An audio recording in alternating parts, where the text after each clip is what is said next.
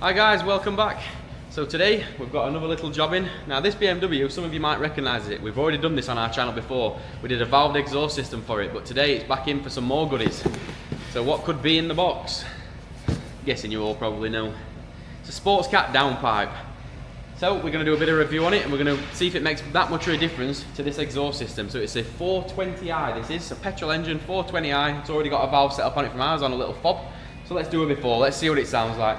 Go on, Connie, get a rev.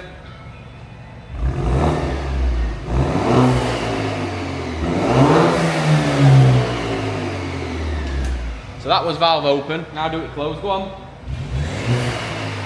Much quieter. Another one open. Go on.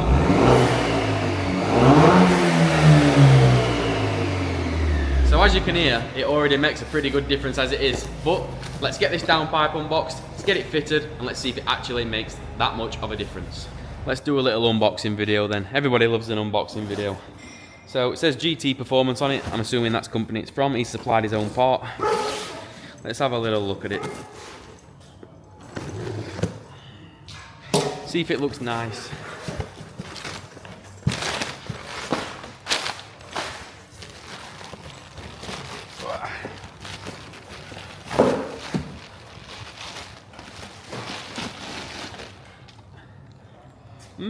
Looks nice to me.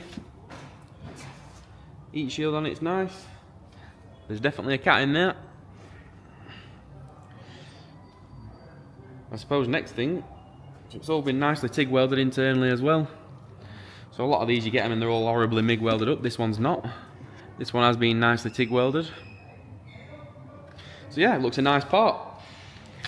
Let's get the old one off. Let's see if this one fits good, shall we? And then let's see if it sounds any different. That's what we're interested in. We're interested in, does it sound any different over the stock one?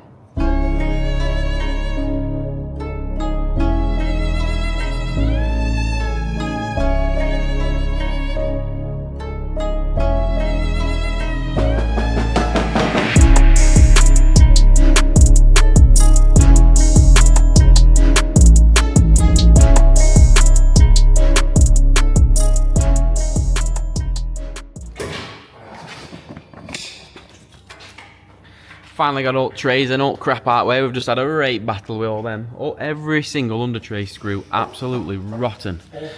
And look at the state of this. This is rotten, so we're gonna have to replace that. But anyway, that's a minor. Grinder in there will sort that, no problem.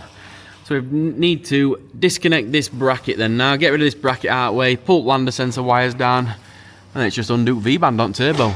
And once we've got sorted that monstrosity out, it should just fall off into his hands. Let's see if it actually goes that way.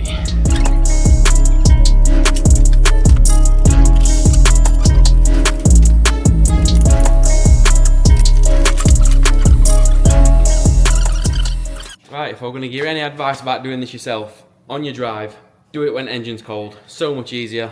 That were a battle and a half. I mean, it doesn't help this car think it's been at seaside or whatever because everything were rotten. Every bolt, everything's been a nightmare to get out. But it's out. Let's swap lander sensors into the new one and see if new one fits.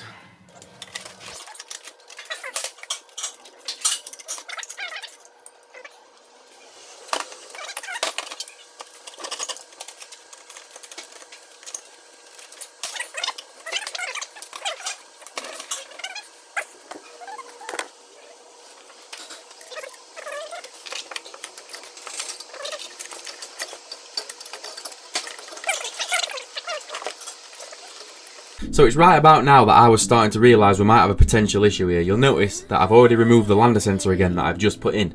That's because this was foul in the body and I thought, oh, maybe I've just got it in wrong position, so I thought I'll whip lander sensor back out, I'll put it back in when I've done. You'll see in a minute that the lander sensor doesn't even fit back in at all.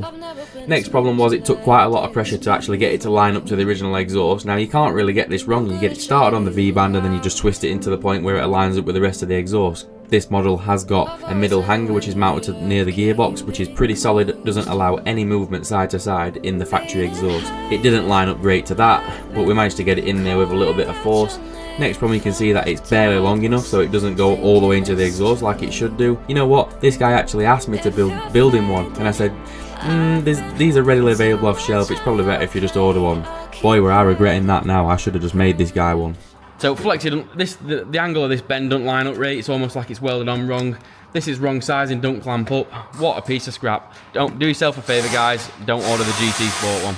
So we're going to swage this up a little bit, make it a tighter fit because it's mad baggy in car. But I'm going to be honest with you, I can see us cutting this along this line on this flex here and altering this bit. Because you can see there, that's literally how far it's going in clamp. And you can't pull the rest of it forward because all anchors don't allow it. Well, guys, honestly, I've been at this for an hour and a half now.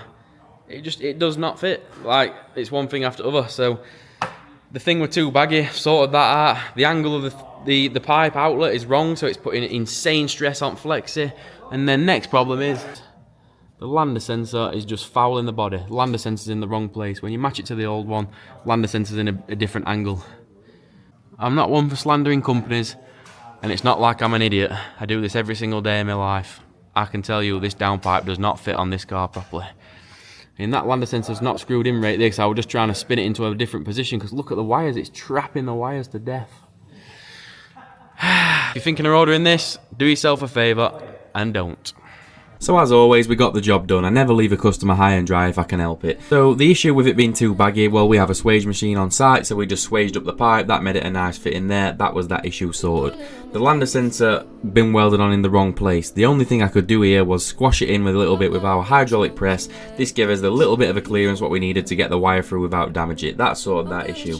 As for the point where it didn't line up great, well, it does fit in there, but there's a little bit more pressure than what I would like. I am a perfectionist, but there's a little bit more pressure than I would like. Without cutting it to pieces and altering it, I couldn't really sort that, so we did leave that as it was, but it is on there and it's not causing any issues at this moment in time, but it didn't fit great. I always promise to give you guys an honest review, and that's exactly what I've given you, an honest review. If I was you, I would look for another brand. This one truly did not fit great at all. Keep hiding, calling out your name. Well then.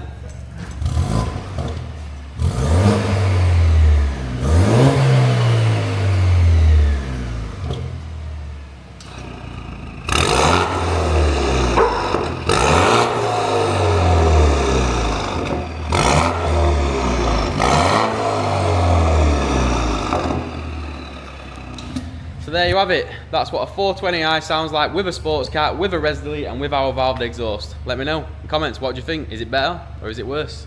Thanks for watching, guys. Catch you in the next one.